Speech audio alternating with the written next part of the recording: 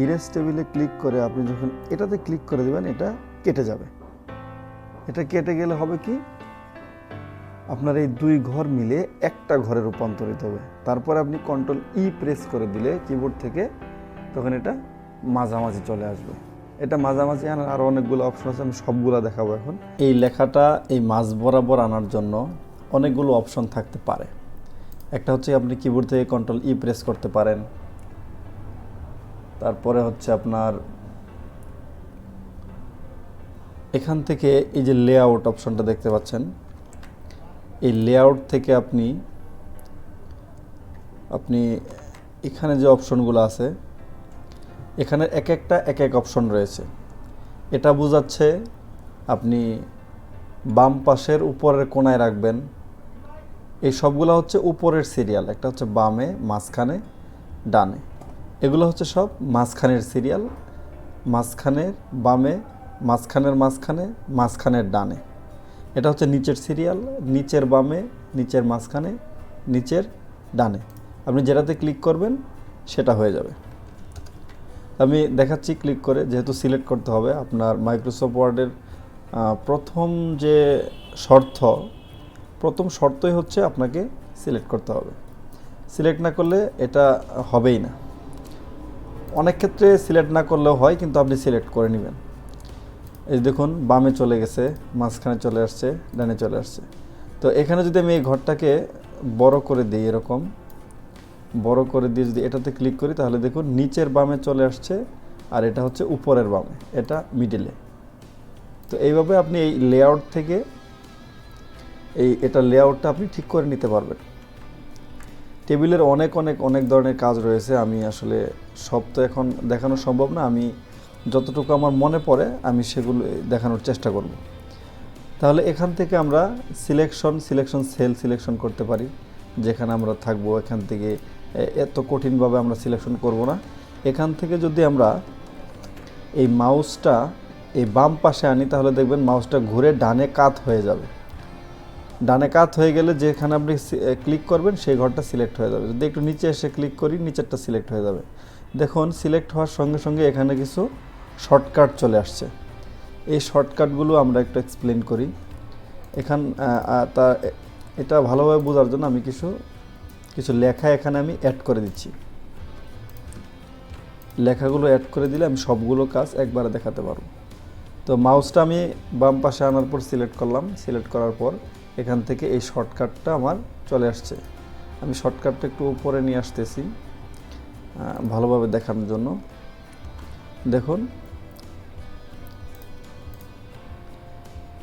এই দেখতে পাচ্ছেন, এখান থেকে আপনি ফন্ট চেঞ্জ করতে পারবেন। তারপর আপনি ফন্ট সাইজ চেঞ্জ করতে পারবেন। এখান থেকেই আপনাকে উপরে আর যেতে হচ্ছে না। আপনাকে বারবার এখানে উপরে এসে এই কাজগুলো করতে হচ্ছে না। আপনি এখান থেকেই এই কাজগুলো করতে পারতেছেন। তাহলে সিলেক্ট করলাম। এখান থেকে যদি আমি এর নিচে একটা ইনসার্ট করতে চাই, এই টেবিলের ঠিক নিচে যদি একটা ইনসার্ট করতে চাই, এখানে ক্লিক করার পর এখানে কয়টা অপশন আছে? 1 2 3 4, চারটা অপশনে এটা ইনসার্ট অ্যাবভ। এখানে তীর চিহ্নটা দেখুন উপরের দিকে। এটাতে ক্লিক করলে আমি যে সেলটা সিলেক্ট করে আসি তার উপরে একটা সেল যোগ হয়ে যাবে। এবং আমরা যদি এটা একটা সেল আমরা সিলেক্ট করছি, যদি একটা কলাম সিলেক্ট করতাম তাহলে একটা কলাম যোগ হতো।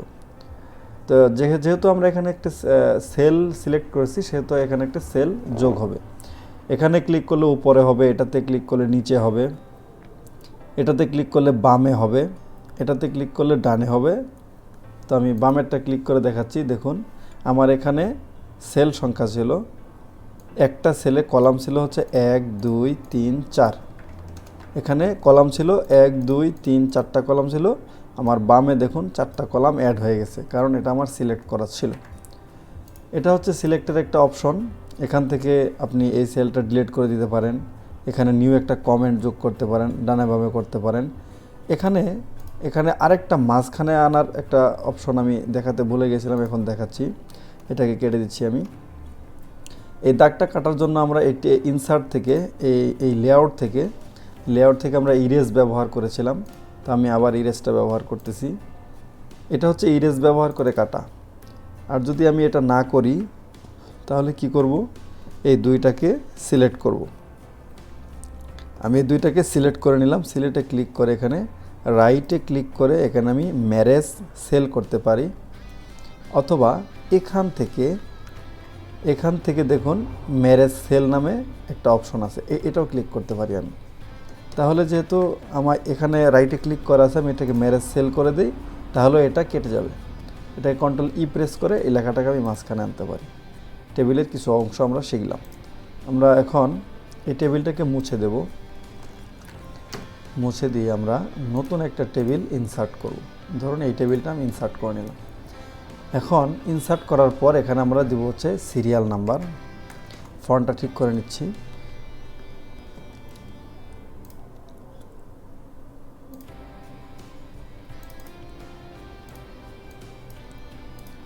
আমরা এখানে লিখব সিরিয়াল, তারপরে লিখব নাম, অটো চেঞ্জ হয়ে যাচ্ছে, বয়স চেঞ্জ হয়ে গেছে। এই অটো চেঞ্জটা আমরা বন্ধ করে দেব, তাহলে এটা হবে না। একটা সেল থেকে অন্য আরেকটা সেলে যাওয়ার জন্য আমরা বারবার মাউস ধরব না। আমরা কি করব, এই ট্যাবে ক্লিক করে আমরা অন্য আরেকটা সেলে চলে যাব, ট্যাব ক্লিক করে। তাহলে আমরা মোটামুটি এই দুটো ডিলিট করে দিচ্ছি। ডিলিট করে দেওয়ার পর এখানে সিরিয়াল নাম্বার আমরা হাতে কখনোই লিখব না। এটাকে আমরা কি করব, অটো সিরিয়াল দেব। অটো সিরিয়াল কোথা থেকে, আমাদের হোমে যেতে হবে। হোম থেকে এখানে অটো সিরিয়াল ক্লিক করতে হবে। তাহলে এটা হচ্ছে আমার হাতে লেখা, আমি আবার দিয়ে দিচ্ছি। এটা যেহেতু আমার ডান দিকে চেপে গেছে, তাহলে এটাকে আমি বামে সরিয়ে দিচ্ছি ক্লিক করে।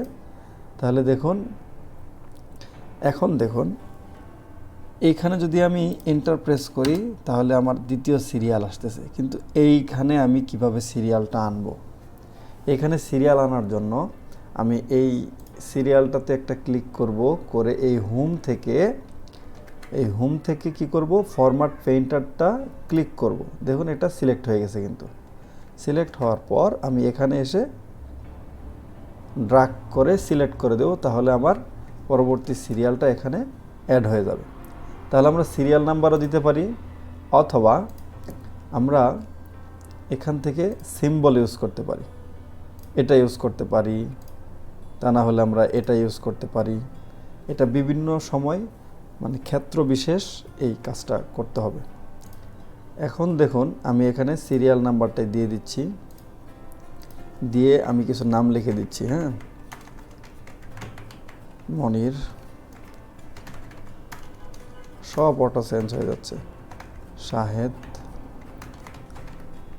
আচ্ছা যা আসছে তাই, ফাহিম, নাহিদ। মনে করুন এগুলো হচ্ছে নাম।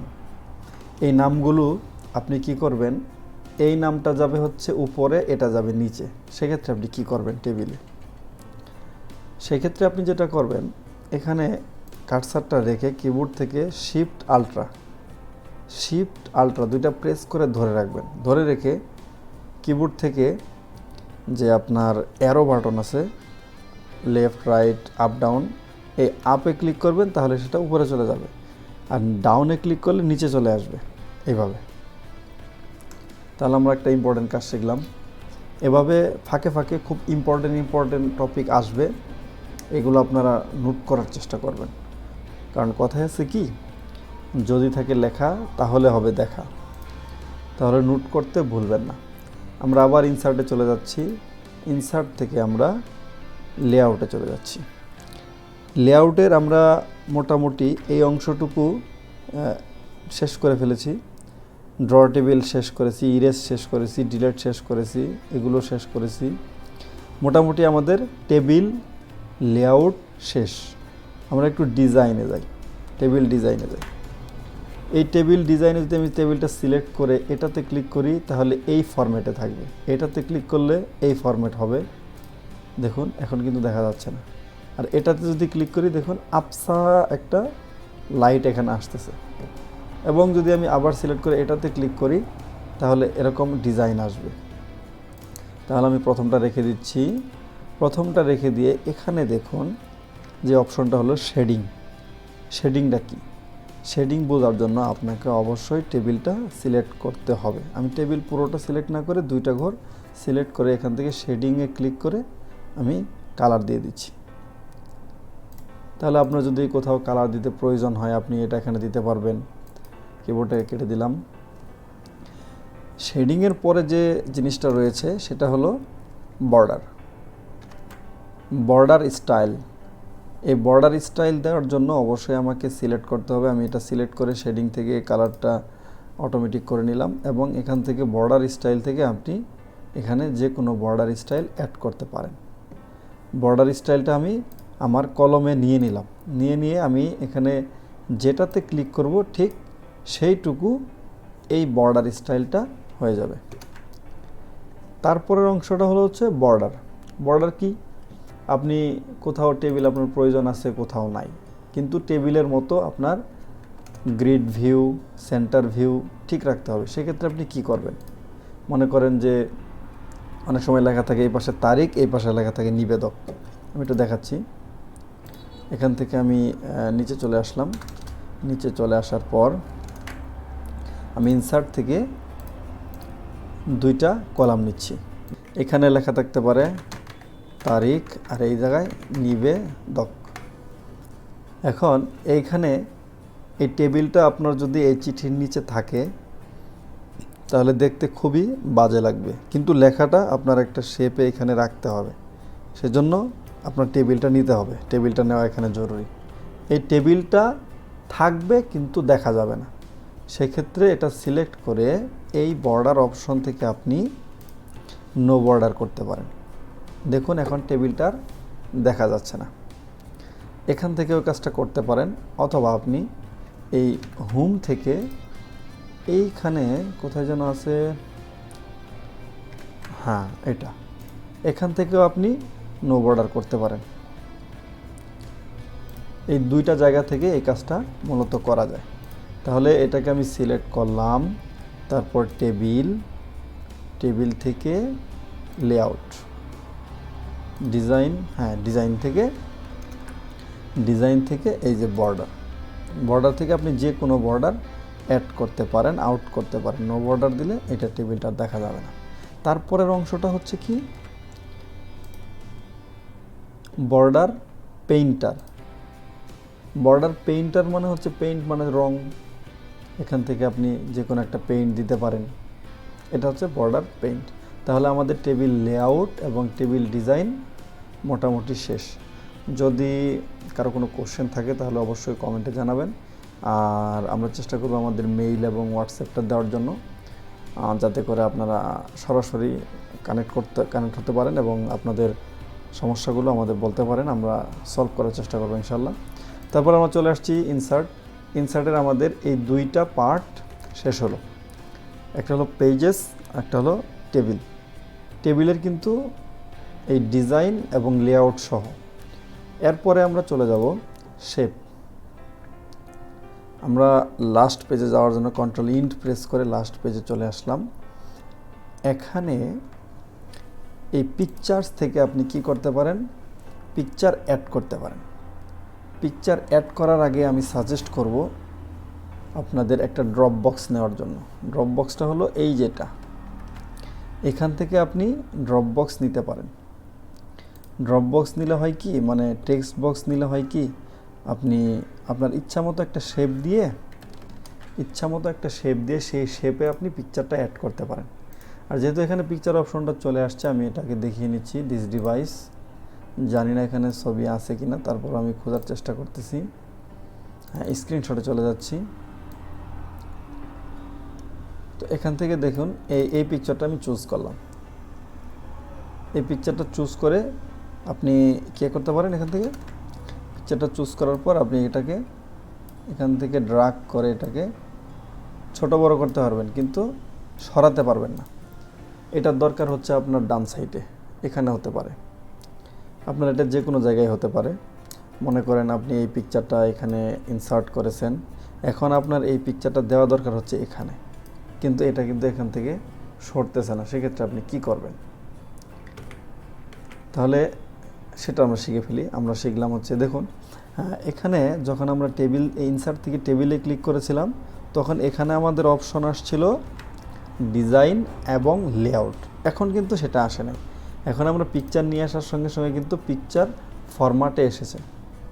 তো পিকচার ফরম্যাটে আপনি কি কি করতে পারবেন, এখান থেকে আপনার শ্যাডো, এই ভিউগুলো আপনি অ্যাড করতে পারবেন। দেখুন এগুলো কিন্তু অনেক সুন্দর সুন্দর ভিউ। তো আমি এটা রেখে দিচ্ছি, এই ভিউটা রেখে দেওয়ার পর পিকচার বর্ডার আপনি এখান থেকে চাইলে দিতে পারবেন, বর্ডার কালার এখান থেকে দিতে পারবেন। তো দেখুন সুন্দর একটা কালার আমরা চুজ করে নিই, একটা কালার চুজ করলাম। এখন পিকচার ইফেক্ট আপনি কীরকম করতে চান, এরকম না এরকম, এরকম, এখান থেকে যে কোনো একটা শেপ কিন্তু আপনি চুজ করতে পারেন। এখন পিকচার লেআউটে চলে আসি। পিকচার লেআউট, এটা হচ্ছে সার্কেল, এটা হচ্ছে ক্যাপশন লিস্ট। তো এগুলো হচ্ছে বিভিন্ন ধরনের পিকচার লেআউট। এখন পজিশনটা দেখুন, এখান থেকে আপনি একবারে ডানে নিয়ে আসতে পারতেছেন, মিডল, লেফট। তাহলে দেখুন কথা বলতে বলতে চলে আসছে এখানে আমি কোন জায়গায় নিতে যাচ্ছি পিকচারটা, এটা একদম নিচে চলে গেছে। দেখুন এটাকে যদি আমি ছোট করে নিই, এটাতে ক্লিক করলে দেখুন এই যে নিচে চলে আসছে।